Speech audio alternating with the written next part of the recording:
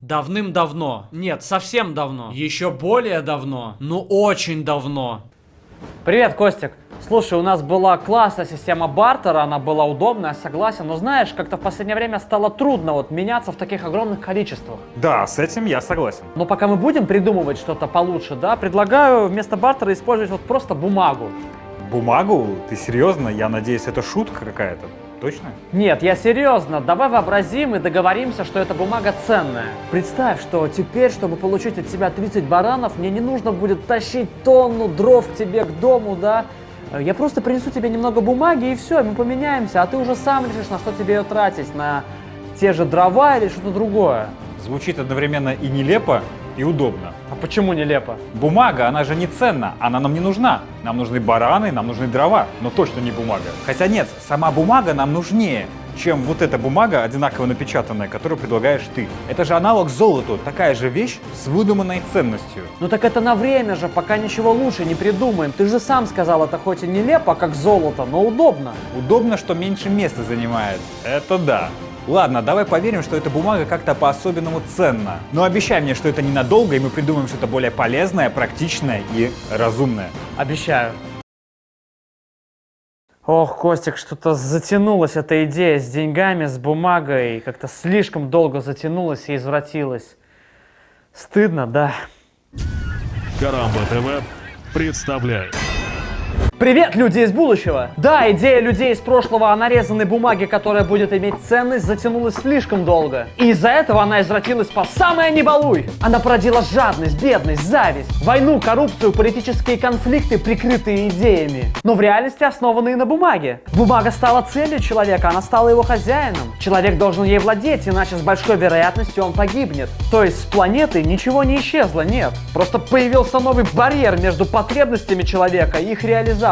Искусственный барьер, выдуманный самим человеком. Ну вот, допустим, нам нужно построить мост. Мост нужный и полезный. Он соединит два города, жители которых проще, быстрее и удобней смогут добираться друг до друга. И у нас есть все для этого строительства. Материалы, техника, строители, инженеры. Все есть, все в нашем распоряжении.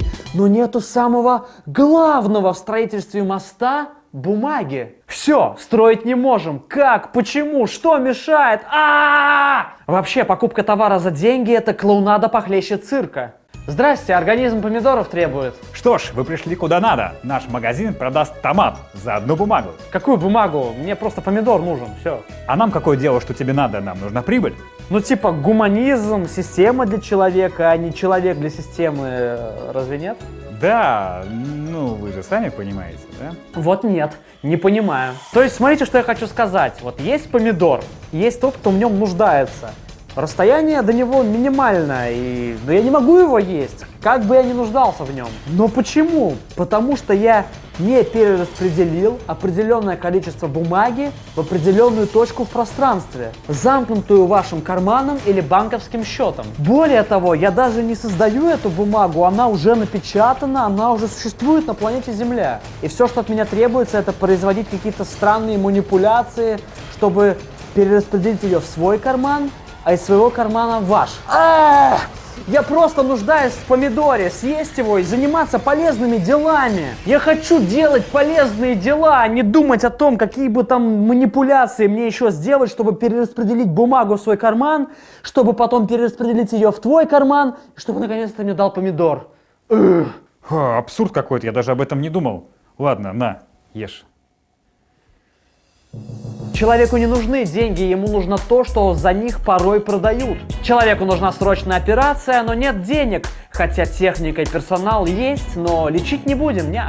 Человеку нужна еда, но нет денег, поэтому мы ее ему не дадим. Хотя после его голодной смерти еда будет продолжать лежать на полках. Следуя этому ходу мысли, давайте представим, что на Земле исчезла вся бумага. Но остался бы обрабатываемый слой почвы, фабрики, технологии и другие ресурсы. То что, все? Человечество бы умерло? Нет, оно все равно могло бы удовлетворить любую человеческую потребность при помощи этих ресурсов. А вот если группа людей попадет на безжизненный остров, отравленный, неплодородный и пустой, но карманы этих людей будут набиты бумагой и золотыми слитками, то толку в их карманах ноль, шансов на выживание они не прибавляют. Действительно, поначалу кредитно-денежная система была необходима человеку. Это был максимум на тот момент, максимум человеческой мысли, основанный на знаниях об окружающем мире на тот период времени. Но прошло огромное количество лет, произошел гигантский технологический скачок, но прогресса в самом человеке и культуре случилось минимум. То есть, с одной стороны, было изобретено множество машин и вещей, способных упростить жизнь человека.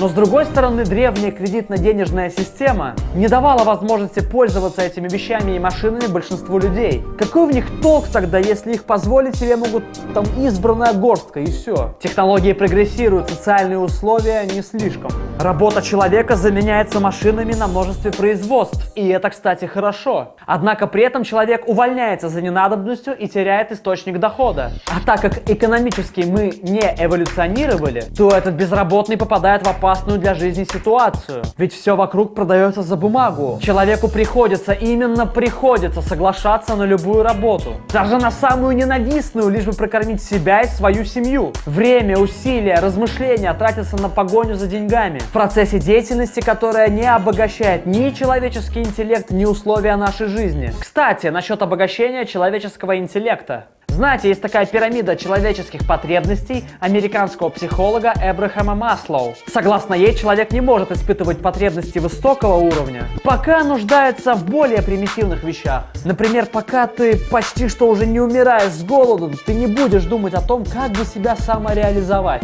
и к чему стремиться в плане познания и все такое высокое. И вот если мы возьмем эту пирамиду и спроецируем на современное человечество, то поймем, почему вокруг так много людей, одержимых лишь заработком, и почему так мало тех, кто стремится к познанию, к самоактуализации, к высоким благам. Потому что вокруг дефицит, инфляция и сведение концов с концами. Базовые потребности еле-еле удовлетворяются. Сам Маслоу очень четко выразился. Я совершенно убежден, что человек живет хлебом единым только в условиях, когда хлеба нет.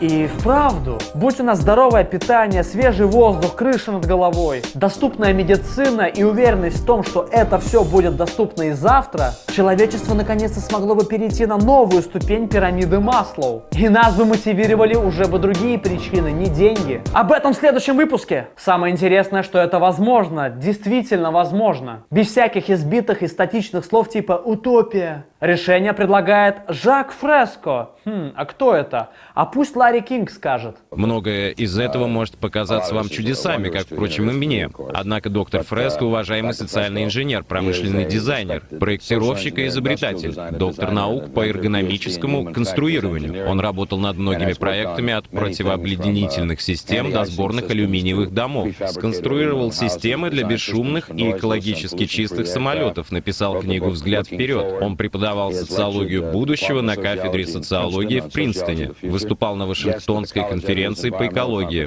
преподавал в колледже Квинс в Нью-Йорке, во Флоридском университете, в Калифорнийском, разработал различные устройства от чертежных инструментов до рентгеновских аппаратов, так что не стоит относиться к его словам легкомысленно. Его решение наших проблем заключается в проекте Венера с ее ресурсоориентированной экономикой. Ресурсоориентированная экономика использует существующие ресурсы, а не денежные средства, обеспечивая справедливое распределение товаров и услуг гуманным и эффективным способом среди всех представителей населения. При данной системе все ресурсы, природные, созданные руками человека, машинного производства, синтетические, доступны без использования денег, кредитования, бартера или любой другой формы задолженности. Ресурсоориентированная экономика использует земельные и морские ресурсы, промышленные предприятия и материальные активы для улучшения качества жизни всех и каждого. В экономике, ориентированной на ресурсы, а не на деньги, мы сможем производить все необходимые товары и обеспечивать всеобщий высокий уровень жизни. При этом ресурсы рассматриваются как общее наследие всех жителей мира, что в конечном итоге должно избавить нас от искусственно создаваемых границ, разделяющих народы. Это то, о чем я уже давным-давно говорил, Костик, помнишь? Это вкратце и для начала. Также в качестве домашнего задания рекомендую прочесть книгу Жака Фреско «Все лучшее, что не купишь за деньги». Ссылку на нее вы найдете в описании под видео на ютубе. И посмотрите фильм «Рай или забвение». Вот он. Кликай сюда. следующих выпусках мы поговорим о том, как практически будет работать ресурсоориентированная экономика, как будут выглядеть города и технологии будущего. Плюс рассмотрим мотивацию человека из будущего. А самое главное, нас ждет интервью с Жаком Фреско специально для проекта «Коза». Делайте домашнее задание, подписывайтесь на канал и до следующего, точнее до будущего нового выпуска. Свободный ум.